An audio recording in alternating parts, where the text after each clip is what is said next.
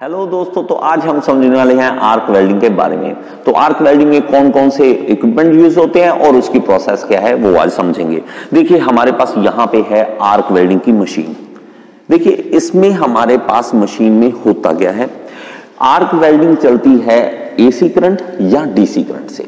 तो हम क्या करते हैं कि एसी करंट की सप्लाई लेते हैं। एसी करंट क्या होता है, ऑल्टरनेटिंग करंट जो हमारे घरों में आ रहा है। तो इसमें मशीन जो प्रोवाइड होती है वो अलग अलग तरीके की है। यहां पे जो मशीन है वो 230 वोल्ट की है। ये प्लग जो है सीधा हम लगाएंगे सॉकेट में, तो ये 230 वोल्ट की इनपुट लेता है और आउटपुट हमें देता है 40 से 45 वोल्ट की। तो इसको इनपुट देंगे सीधा और आउटपुट हमें मिल जाएगी 40-45 वोल्ट की। तो यहां पे ये सारी डिटेल लिखी होती है। अगर तो हमें चाहिए एसी वोल्टेज तो हम क्या करते हैं, ऑल्टरनेटिंग करंट जो सीधा सीधा यूज करते हैं। नहीं तो हमें क्या है कि इसके अंदर रेक्टिफायर होता है जो कि हमें डीसी वोल्टेज प्रोवाइड कराता है। अब देखिए इसमें हमें किस तरह से चाहिए कि स्टेप डाउन वोल्टेज चाहिए। अब स्टेप डाउन वोल्टेज कैसे होगी, वो चाहिए हमें ट्रांसफॉर्मर। तो इसके अंदर एक होता है ट्रांसफॉर्मर जो कि स्टेप डाउन करेगा वोल्टेज को। अब वोल्टेज जब डाउन होगी तो करंट होगा अप, ठीक है। तो करंट क्यों चाहिए हमें करंट इसलिए चाहिए कि करंट प्रोवाइड करता है हीट। जितना ज्यादा करंट होगा, क्योंकि इसका फॉर्मूला होता है आई स्क्वायर आर टी, तो आई जितना करंट ज्यादा होता है हीट इतनी ज्यादा हमें मिलती है। तो यहां से हमें करंट प्रोवाइड होगा तो हाई करंट होगा, इसमें लो वोल्टेज क्या होगी, लो, क्योंकि इसमें हमने ट्रांसफॉर्मर यूज कर लिया। अब देखो हमने बनाना है एक सर्किट कि हमारे पास दो टर्मिनल होते हैं, एक होता है पॉजिटिव एक होता है नेगेटिव। तो हम क्या करेंगे, इन्होंने साइंस ने सिंपल सी बात समझाई कि हम पॉजिटिव और नेगेटिव को आपस में अगर जोड़ दें तो वो वहां पे क्या होती है, स्पार्क चिंगारी निकलती है। हमसे भी कई बार गलती हो जाती है ना, तो प्लस और माइनस आपस में अगर जुड़ जाए तो एक अचानक से करंट सा निकलता है और चिंगारियां से निकलती हैं। हम कहते हैं ये क्या हो गया, तो जिसको हम शॉर्ट सर्किट भी बोल देते हैं कि ये शॉर्ट सर्किट हो गया है। इसके कारण होता क्या है, शॉर्ट सर्किट अगर हो जाता है तो अचानक से आग निकलती है, तो बड़े बड़े घर जल जाते हैं, बड़ी बड़ी दुकानें जल जाती हैं सिर्फ शॉर्ट सर्किट से ही। तो ये शॉर्ट सर्किट का इस्तेमाल कर लिया।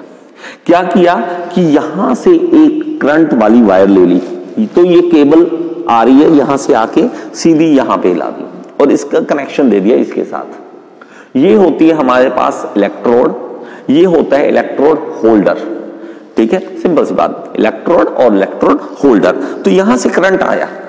अब देखिए पॉजिटिव नेगेटिव हम ही ज्यादा नहीं इस पे फोकस करूंगा अभी। ये समझिए कि यहां से करंट आया, करंट आने का मतलब इलेक्ट्रॉन्स आए। मैंने क्या करना है, इसके ऊपर मैंने वेल्डिंग करनी है। अब वेल्डिंग क्या है कि ये दो पीस है, दोनों पीसों को अपन आपस में हमने वेल्ड करना है। तो वेल्ड करने के लिए ये अगर मैं सीधा सीधा यहां टच करूं तो अभी क्या होगा कि करंट आया और यहीं रह गया, और ये क्या किया, अर्थिंग में आगे नीचे जा सकता है, लेकिन हमारे पास सर्किट नहीं कंप्लीट हुआ। यहां से सर्किट शुरू हुआ है और वापस इधर जाना चाहिए। तो हम क्या करेंगे, एक और वायर लेंगे जो कि अर्थिंग के साथ जोड़ देंगे। इसके देखिए अर्थ है, तो ये जो है मैंने एक पीस के साथ जोड़ दिया है। आयरन के मोस्टली ये ऐसा नहीं करते हैं, ये हमारे पास इस लैब में फैसिलिटी नहीं थी, नहीं तो ये एक होल्डर होता है।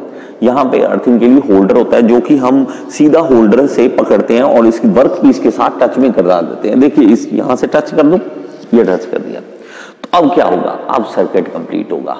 मैंने यहां से ये किया, ये आया यहाँ पे करंट, और अगर मैं इसको टच करता हूं तो ये करंट यहां से फ्लो करके यहां से वापस चला जाएगा। तो अब मेरे पास हो क्या रहा है कि सर्किट कंप्लीट हो रहा है। अगर मैं इन दोनों को टच करता हूं तो वो चिंगारी निकलेगी। वो चिंगारी जो निकलेगी एक बार, उसी को कंट्रोल करना मेन खेल है, उसको हम कहते हैं आर्क। वो आर्क जो प्रोड्यूस होगी उसकी लेंथ उसको कंट्रोल करना, और आप एक बार टच करेंगे ना वो चिंगारी आ जाएगी। उसके बाद हमें गैप बना के चलना होता है, वर्क पीस और इलेक्ट्रोड के बीच में गैप रहेगा। उस गैप के थ्रू हम क्या करेंगे, उस आर्क को मेंटेन करके रखेंगे। अगर मैंने मान लो ये डिस्टेंस ज्यादा कर दिया तो वो आर्क खत्म हो जाएगी, मैंने कम कर दिया वो आर्क खत्म हो जाएगी। तो आर्क की लेंथ बहुत ज्यादा मेन है। ये एक दिन में नहीं आएगी वेल्डिंग, इसमें वेल्डिंग में आपको एक्सपीरियंस काफी टाइम लग जाता है इसमें एक्सपीरियंस लेने में, और जो वेल्डिंग करते हैं वो धीरे धीरे इन चीजों को समझते हैं।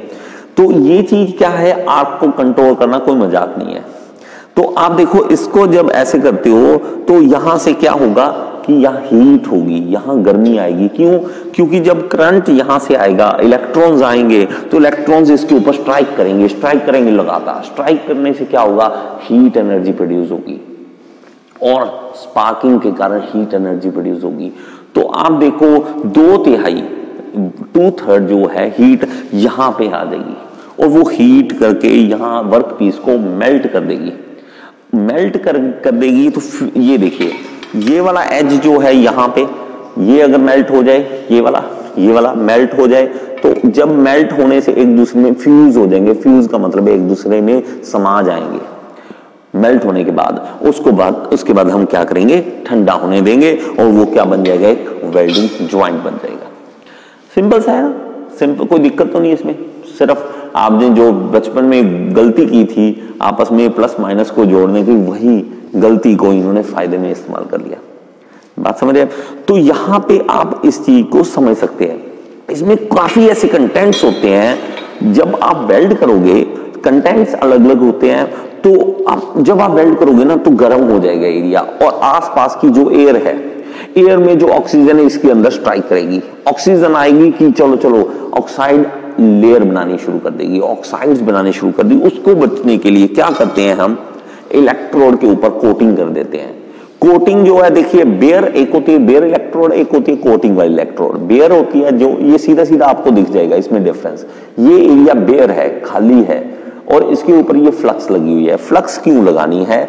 फ्लक्स इसीलिए लगानी है कि जब आप वेल्डिंग करोगे, जब आप वेल्ड करोगे तो उसके ऊपर ऑक्साइड लेयर ना बने, ऑक्साइड ना हो, तो वो क्या करेगा, कोटिंग प्रोवाइड कर देगा। वो कोटिंग प्रोवाइड करेगा, ऊपर एक लेयर बना देगा। जब एयर अंदर आने लगेगी, ऑक्सीजन आने लगेगी, उसको रोक लेगा, उसको प्रोटेक्ट कर लेगा वेल्ड को कि नहीं मेरे भाई, मैं तेरी प्रोटेक्टिंग शील्ड हूं, मैं नहीं तुझे कुछ होने दूंगा, ठीक है, मैं तेरा बड़ा भाई हूं, टेंशन मत ले। तो वो लेयर बना देगा कि अब तू टेंशन ना ले, अंदर गर्म, क्योंकि देखिए जब गर्म होती है ना चीज, तब सबसे ज्यादा उस पे चांसेस रहते हैं ऑक्साइड लेयर बनने के। तो ऑक्साइड्स जो हैं वो डिफेक्ट्स प्रोड्यूस करते हैं। तो ऐसा ना हो इसलिए हम इलेक्ट्रोड के ऊपर फ्लक्स लगाते हैं, और ये फ्लक्स जब इंप्योरिटी के साथ मिलती है, इंप्योरिटी को बाहर निकाल के स्लैग बना देती है। उस स्लैग को हटाने के लिए हमारे पास यहाँ पे ब्रश है। ये ब्रश हम क्या करते हैं, उस स्लैग को हटाते हैं, बाद में उसको साफ कर लेते हैं। हमारे पास देखिए डीसी करंट जो होता है, इसमें हमारे पास होती है स्ट्रेट पोलैरिटी और रिवर्स पोलैरिटी। वो मैंने समझा रखा है अलग एक वीडियो में, आपको देखिए लास्ट में थंबनेल मिलेगा वेल्डिंग का, उस पर क्लिक कीजिए, पूरी वीडियोस आपको वेल्डिंग वाली मिल जाएंगी। इसके अलावा देखिए हमारे पास जब भी हम इसको यूज करना है, वेल्डिंग करना है, तो मेरे भाई इसके ऊपर अगर रस्ट लगी हुई है, इसके ऊपर मिट्टी लगी हुई है, इसके ऊपर कोई पेंट लगा हुआ है, तो उसे पहले आप साफ करेंगे।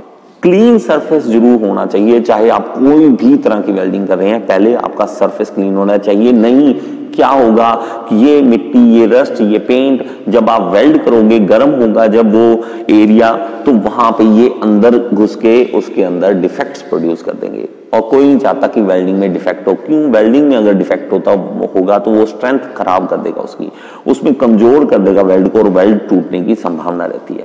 तो आप इसको सरफेस को क्लीन करेंगे। और दूसरा होता है प्री हीट करना, थोड़ा सा गर्म करना है। इसको पहले हल्का गर्म कर लेते हैं। ये आम आपको देखने को नहीं मिलेगा कभी भी, शॉप पे किसी पे आप देखोगे तो ऐसा कभी भी नहीं करते प्री हीट करने वाले। तो अगर आप अच्छे शॉप फ्लोर पे काम कर रहे हैं, तो वहां पे कंपनीज लेवल पे काम करते हैं, तो वहां पे प्री हीट जरूर करते हैं। प्री हीट से हमारे पास काफी डिफेक्ट्स जो हैं वो बच जाते हैं, ऐसे डिफेक्ट नहीं आते हैं। और इसमें मेरे भाई क्या है, अभी करंट आ रहा है, अभी इसमें करंट है। अगर यहां से करंट आ रहा है और आपने गलती से इसको टच करे, आपको क्या होगा, करंट लगने का, शॉक लगने की संभावना रहती है। अभी देखिए वोल्टेज इसमें कम होती है, इसके कारण बहुत ज्यादा दिक्कत नहीं आती, बहुत बड़े शॉक्स नहीं लगते इसमें, क्योंकि हमारी जो बॉडी की रेजिस्टेंस होती है वो 50 वोल्ट तक होती है, 50 वोल्ट तक होती है। इसीलिए क्या करते हैं, इसकी वोल्टेज 50 से भी कम रखते हैं, कोशिश करते हैं कि इसके कारण किसी को नुकसान इतना बड़ा ना हो जाए कि उसकी जान चली जाए।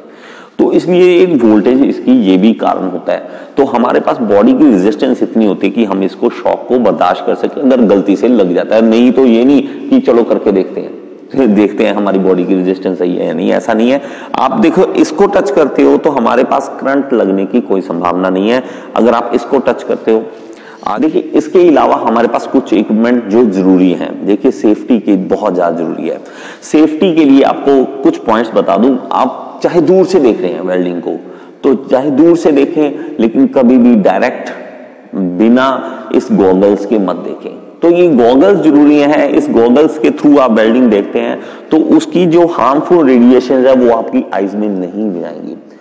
अगर आप देखोगे डायरेक्ट बिना इस गॉगल्स के तो आपकी शाम तक आईज जो है वो बर्न करना शुरू कर देंगी, आपको इवन डॉक्टर्स के पास जाना पड़ सकता है। और ये हुआ है, डिप्लोमा करते थे हम तो वहां पे ऐसा हुआ है एक लड़के के साथ, तो आज भी उसका याद है कि जो उसकी आईज है वो रेड हो गई थी, शाम तक उसकी रेडनेस आ गए थे आईज में। और जो वेल्डिंग करता है उसके लिए ये एक शील्ड होती है, ये प्रोटेक्टिंग शील्ड है, जब आप वेल्डिंग करोगे तब आपने ये यूज करनी है, ये जरूरी है, इसके बिना आप वेल्ड नहीं कर सकते हैं।